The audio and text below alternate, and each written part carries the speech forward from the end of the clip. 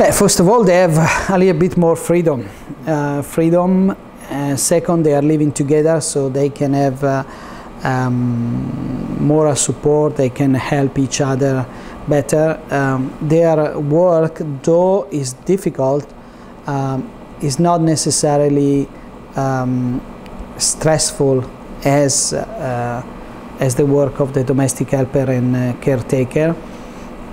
They are protected by the labor standard law, so on certain aspects we have a little bit more of power if some of their rights are violated and things like that. So in overall they are in a better situation for themselves, for their working condition, even for the salary. It's much better.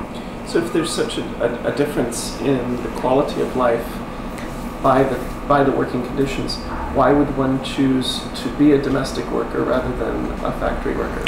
Is it only age? I am seeing that there's an age difference. Yeah, I don't really know because I never asked that, but one, it could be age, other could be lack of experience, means because some of these people, they have received training in computer or everything, or they were working in some factories in Manila that they were semiconductor and things like that, so they have a little bit more of experience, so they choose to be factory. One factor also, at least before, was that as a domestic helper, before the placement fee was a little bit lower, so means all these aspects, they come into consideration. I don't have 80,000, I have 60,000, I have 40,000, so I will be a domestic helper. And some people, they feel more for one job than the others. For example, many of the caretakers are also nurses, and they think anyway this is more online with the kind of study that I do, so I choose this kind of profession. As far as numbers, there are far more factory workers in Taiwan than there are domestic workers. It's gendered as well. It seems that, I mean, right down to the cities. Gongshan is almost all men, and Nanzi is almost all women. Yeah, but if you look at the general statistic, means if you look at the 300,000 more or less migrant worker, the difference is very minimal. Is 55 and 45. I was like you because I was here and says, oh, it's more a female migration, but when I look at the general picture, I found out that more or less is the kind of work is very gendered. The women are in the electronics. Yeah. The men are in precision tools and fabrication of metal. Yeah, but for example, if you get the Thai, they are mostly on construction. Right. No, and I mean now, for example, here in Kaohsiung, many of them they are involved in building the MRT. No, so but of course it's more difficult to reach out to them because. Also, many of them, they don't have a place where to congregate. Means you are working with Filipinos, so somehow it's very easy to get to the Filipinos because you just go to the church and you find them there. But for example, Thai workers, they don't have a place. But if you go in different parks, you find them there.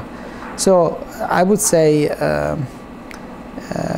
Kaohsiung is a very particular place, and especially with the Nansu Export Processing Zone, where I would say 85–90% are female workers.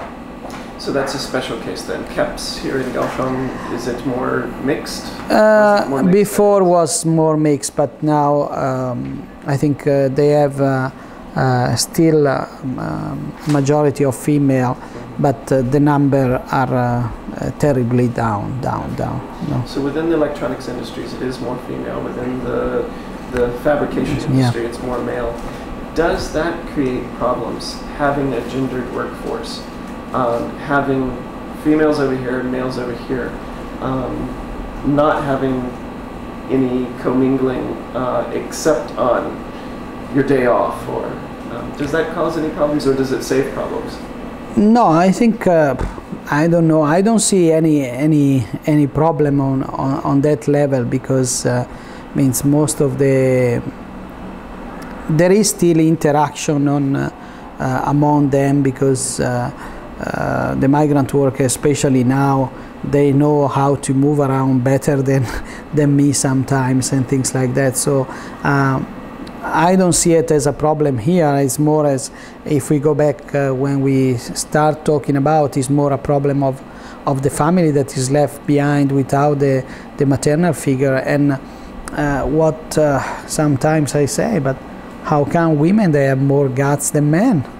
Means this is the point. Means how come women are the one migrating more than the men? Because it's because women, they are more stronger, because women, they have more guts, or also because if you are a single parent, you have to go out and look for your child, because nobody is supporting you.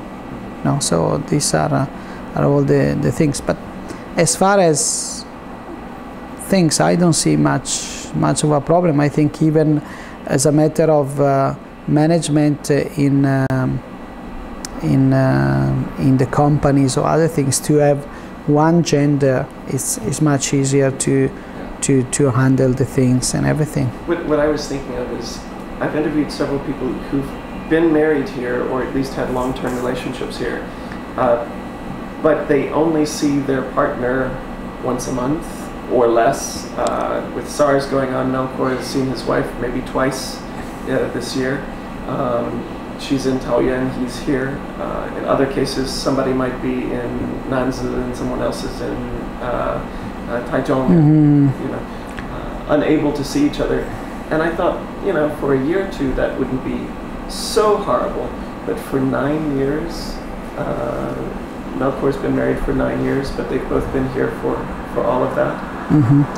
Yeah, on this kind of relationship, of course, there are a problem like that, and that's why there is all this huge problem of illegal relationship going on, because the age bracket, they are all very young.